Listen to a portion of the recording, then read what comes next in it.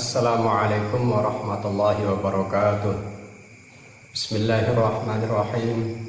Alhamdulillahilladzi hadana lidinihi alladzi akmalahu wartadah. Wassalatu wassalamu ala nabiyhi sayyidina Muhammadin alladzi ijtabahu min khalqihi wastafa. Wa ba'du fa'aqul, misteri penciptaan Nabi Adam alaihi salam. Sebelum kita mulai dalam kisah ini, saya mohon maaf atas kekurangan audionya karena saya tidak memiliki ruangan kedap suara agar suara dari luar tidak bisa masuk. Dan yang kedua, saya tidak memiliki peralatan yang memadai, hanya menggunakan kamera HP lawas tahun 2016 dan juga tidak canggih.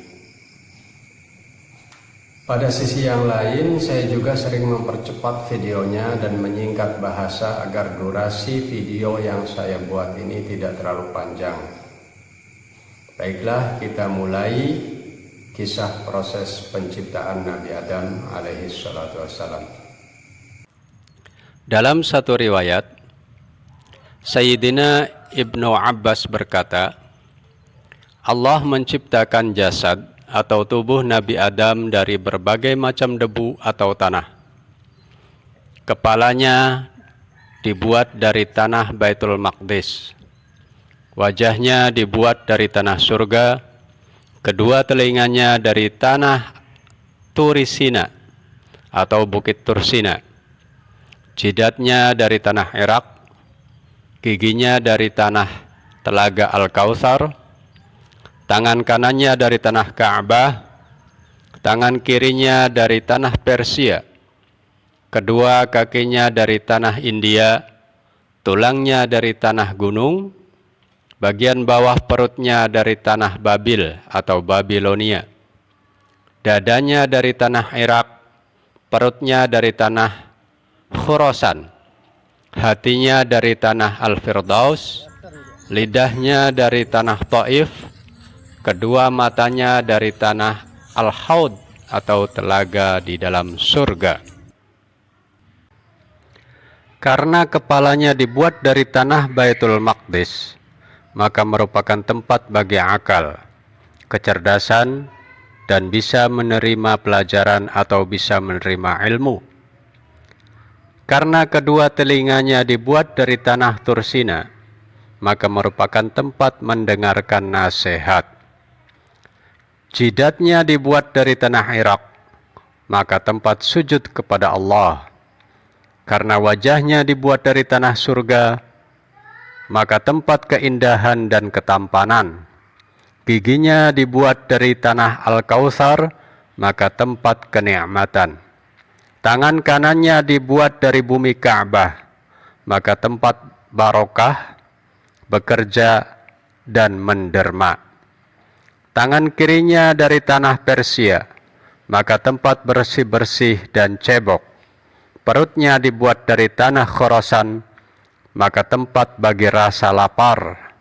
Bagian bawah perutnya dibuat dari tanah Babil, maka tempat syahwat, dengki, dan dendam. Tulangnya dari tanah pegunungan, maka tempat bagi sulabah atau bakal keturunan. Hatinya dibuat dari tanah Firdaus, maka tempat bagi iman. Lidahnya dari tanah Taif, maka tempat syahadah, berharap dan berdoa kepada Allah. Dan Allah menjadikan 9 pintu atau lubang di dalam tubuhnya. 7 lubang berada di kepala, yakni di kedua matanya, kedua telinganya, di kedua hidungnya, dan 1 lubang di mulutnya. Dan 2 lubang berada di tubuhnya, yakni kubul dan duburnya. Dan Allah menjadikan 5 panca indera untuknya. Indera penglihatan diletakkan pada kedua mata, indera pendengaran pada kedua telinga, indera pencicip pada mulut, indera perasa pada kedua tangan, dan indera penciuman pada hidung. Dan dikisahkan pada saat Allah meniupkan ruh Nabi Adam alaihissalam, maka Allah memerintahkan ruh tersebut agar masuk dari ubun-ubunnya. Lalu rohnya berputar-putar di dalam otaknya kira-kira seukuran waktu 200 tahun lamanya. Kemudian masuk pada kedua matanya. Maka ia melihat tubuhnya masih merupakan lumpur yang kering. Lalu masuk pada kedua telinganya, maka ia bisa mendengarkan bacaan tasbih para malaikat. Kemudian masuk ke dalam hidungnya, maka beliau bersin-bersin. Lalu turun ke dalam lidahnya dan mulutnya. Setelah itu Allah membimbingnya untuk mengucapkan Alhamdulillah. Lalu Allah menjawabnya, Yarhamuka Rabbuka ya Adam. Akan mengasihimu Tuhanmu wahai Adam. Lalu masuklah rohnya sampai ke dadanya. Maka beliau ingin cepat-cepat bangun.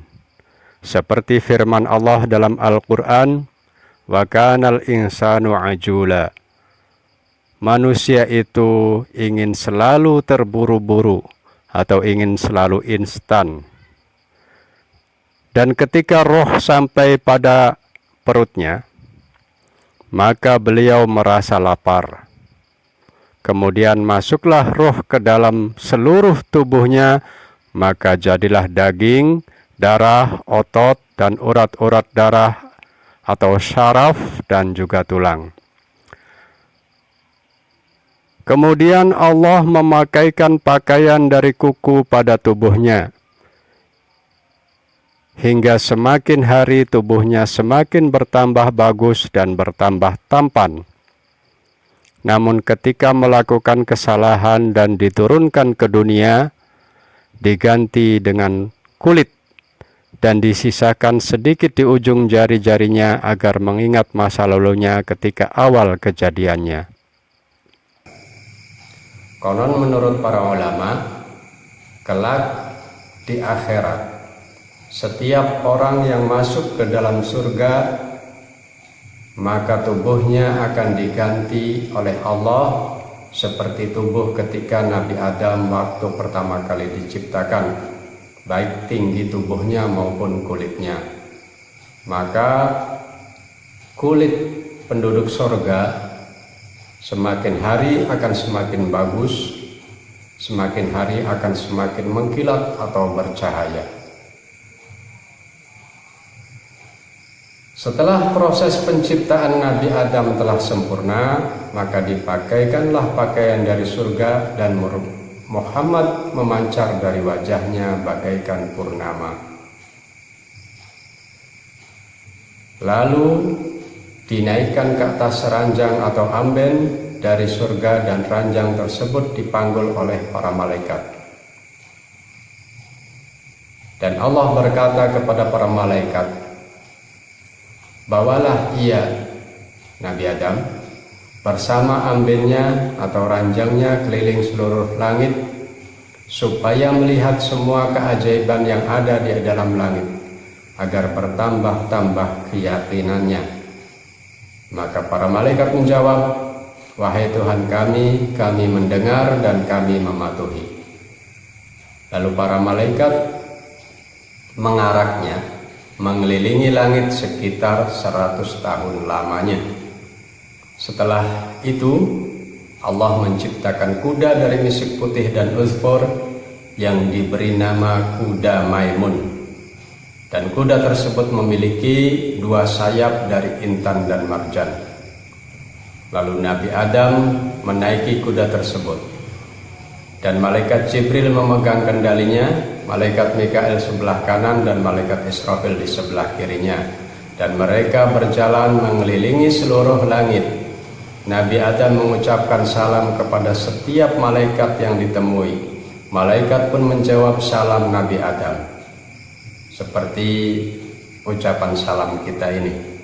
Maka Allah berkata, wahai Adam, Ini adalah penghormatanmu dan penghormatan dari keturunanmu yang mukmin di antara mereka sampai hari kiamat. Wallahu a'lam bishawab.